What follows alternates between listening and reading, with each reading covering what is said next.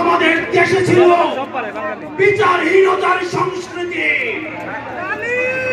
লগি বৈঠা থেকে শুরু করে 2009 সালে আমাদের দেশের যারা ডিফেন্স অফ ফার্স্ট লাইন বিডিআরদেরকে আপনারা দেখেছেন কিভাবে ভারতীয় আগ্রাসনের মধ্য দিয়ে হত্যা করা হয়েছে।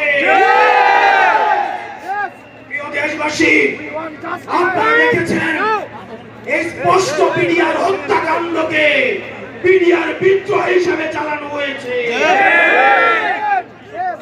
আপনারা দেখেছেন শাপলা চত্বরে আমাদের দাড়ি টুপিওয়ালা ভাইদের উপরে রাতের অন্ধকারে কিভাবে জেনোসাইড চালানো হয়েছে।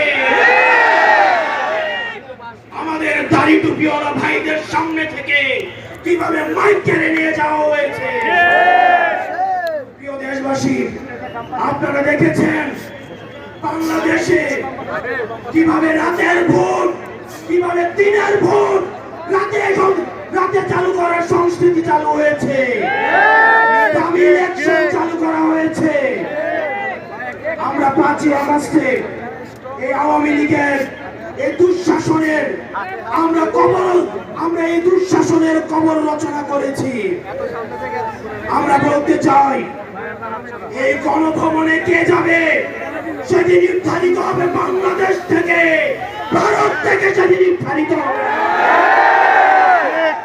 আমরা স্পষ্ট করে বলতে চাই, এই সংসদে কে যাবে সেটি নির্ধারণ করবে বাংলাদেশের খেটে খাওয়া জনতা। এই সংসদের মস্তদে কে বসবে সেটি নির্ধারণ করবে এই ভূখণ্ডের মধ্যে যারা রয়েছে সেই ভূখণ্ডের মানুষ। আমরা দীর্ঘ 1.5 দশকের বেশি সময় ধরে আমরা একটা জাতি গড়ে তুলতে পারি নাই। বিভাজনের রাজনীতি আমাদের মধ্যে ইচ্ছাকৃতভাবে জিয়ে রাখা হয়েছে। আমরা স্টেট ডেভেলপ করতে পারি নাই, আমরা নেশন ডেভেলপ করতে পারি নাই।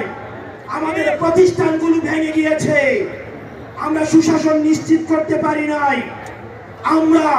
আমরা ফাংশনাল ব্যুরোক্রেসি নিশ্চিত করতে পারি নাই, আমরা স্বাধীন পুলিশ নিশ্চিত করতে পারি নাই, স্বাধীন বিচার বিভাগ নিশ্চিত করতে পারি নাই। আমরা স্বাধীনতার এত বছর পরেও আমাদের তরুণ প্রজন্ম, আমাদের একটা ইনস্টিটিউশন আমরা প্রপারলি ফাংশন করতে দেখি না। আমরা আপনাদের কাছে কমিটমেন্ট দিতে চাই, এই তরুণ প্রজন্ম আমরা